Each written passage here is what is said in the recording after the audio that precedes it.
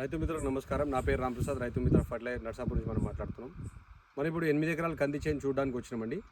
ఇక్కడ నేను గమనించిన ప్రధాన సమస్య వచ్చేది వడల తెగులు, ఫ్యూజర్ విల్ట్ ఉందండి. దీని గురించి మీకు కొంచెం అవగాహన చేద్దామని వచ్చినామండి. ఇప్పుడు ఇది ఇక్కడ మనకు ఫస్ట్ ఫ్యూజర్ విల్ట్ ఒక చెట్టుకు వచ్చిందండి. ఈ చెట్టు నుంచి మనకు ఇతరతర చెట్లకు నీళ్ళ ద్వారా వ్యాప్తి చెందుతుంది. దీని యొక్క వేరు వ్యవస్థ ఏమి ఉండదు, మనకు వేరు వ్యవస్థ ఉండదు. దీన్ని చీల్చగానే మనకు లోపల కాండముకు నల్లగా ఉంటుంది.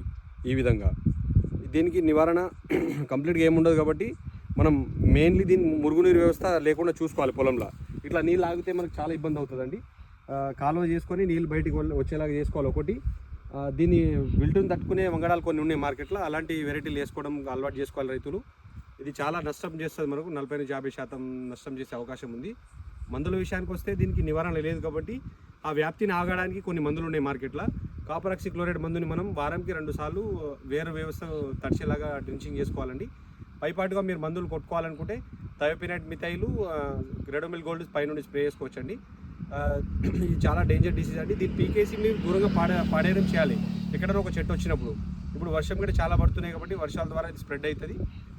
ఒక చెట్టు వస్తే ఆ చెట్టుని పీకి దూరంగా పడేయండి. ఈ పని మాత్రం తప్పకుండా చేయాలండి. అందరికీ ఏమైనా డౌట్లు ఉంటే రైతు మిత్ర ఫర్టిలైజర్ నర్సాపూర్ వారికి దాన్ని సంప్రదించగలరు. ధన్యవాదాలు.